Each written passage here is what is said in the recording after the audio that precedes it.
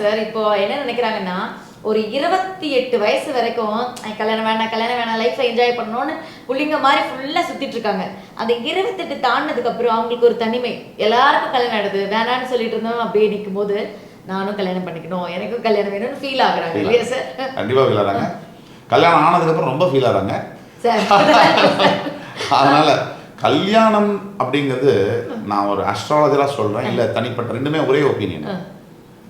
Companionship இல்லாம நிறைய பேர் சிங்கிளா இன்னைக்கு ஏஜ் பார் இல்லாம 20லேருந்து 55 வயசு கூட கல்யாணம் பண்ணி டைவர்ஸ் பண்ணிட்டோ இல்லை தனியாக கல்யாணமே பண்ணிக்காமையோ இந்த வாழ்க்கை வந்து ஒரு நரகம் தான். செல்ஃப் சூசைடல் தான் அது பண்ணக்கூடாது, அது செய்யக்கூடாது. யாராவது ஒருத்தர் உங்களுக்கு கம்பேனியனா இருந்தே ஆகணும். இல்லைன்னா life will not meet it's purpose. அது ஒரு ஆணுக்கு பெண்ணாக மட்டும்தான் இருக்க முடியும், ஒரு பெண்ணுக்கு ஆணாக மட்டும்தான் இருக்க முடியும்.